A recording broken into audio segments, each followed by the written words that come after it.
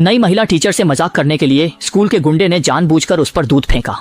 इस समय महिला टीचर का ऊपरी शरीर लगभग झलकने लगा था, लेकिन फिर भी वह विरोध नहीं कर सकी। बस उन्हें सीट पर बैठने के लिए कह दिया। सोचा स्कूल का गुंडा सुधर जाएगा, लेकिन अगले ही दिन महिला टीचर सामान समेट रही थी। तभी गुंडा सारी हदें पार करते हुए उसे अचानक गोद में उठा लेता है। ये देखकर छात्र शोर मचाने लगे, लेकिन महिला टीचर गुस्से में थी, पर कुछ कहने की हिम्मत नहीं जुटा सकी और अकेले छत पर जाकर चुपचाप अपने जज्बात निकालने लगी। स्कूल के गुंडे का परिवार बहुत प्रभावशाली था, इसलिए वह उसे नाराज करने की हिम्मत नहीं कर सकी। मजबूरी में महिला टीचर ने नौकरी छोड़ दी। उसे नहीं पता था कि स्कूल का गुंडा जल्द अपनी घमंड का खामियाजा भुगतेगा। अगले दिन सुबह एक और प्रभावशाली पुरुष शिक्षक पढ़ाने आए। जैसे ही वे स्कूल बिल्डिंग पहुंचे, उन्होंने देखा कि क्लास टीचर तैयार होकर क्लासरूम से बाहर आ रही है। इसी दौरान जब उस पुरुष ने कारण पूछना चाहा, एक नए आए शिक्षक रोते चिल्लाते वहाँ से भाग निकले।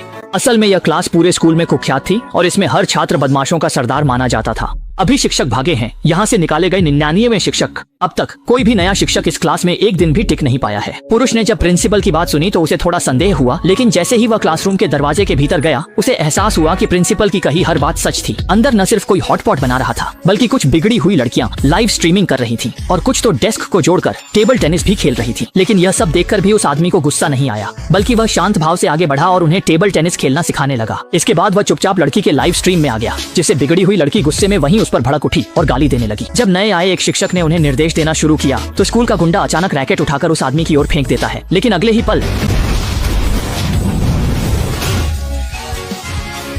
सभी छात्रों, मेरा नाम छिंगतियान है। मैं तुम्हारा नया क्लास टीचर हूँ। अब से कक्षा शुरू होती है। असल में उस आदमी की असली पहचान सबसे अमीर किन परिवार के मुखिया की थी, लेकिन उसने परिवार के सारे काम अपने अधीनस्थों को सौंप दिए थे, क्योंकि उसकी माँ की सबसे बड़ी इच्छा थी कि वह एक शिक्षक बने।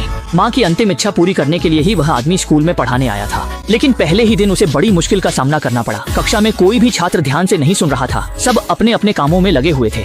यह दृश्य देखकर उस आदमी ने ठान लिया कि वह इन समस्याग्रस्त किशोरों को जरूर बदल कर दिखाएगा।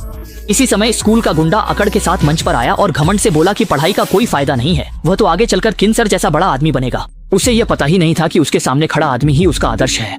और सबको अपनी बात मनवाने के लिए उस आदमी ने शर्त रखी, अगर वे 7 दिन में उसे शर्मिंदा कर दें तो वह खुद नौकरी छोड़ देगा। अगर वे ऐसा न कर पाए तो उन्हें उसकी बात माननी होगी और पढ़ाई करनी होगी। छात्र इस परेशान करने वाले शिक्षक से छुटकारा पाने के लिए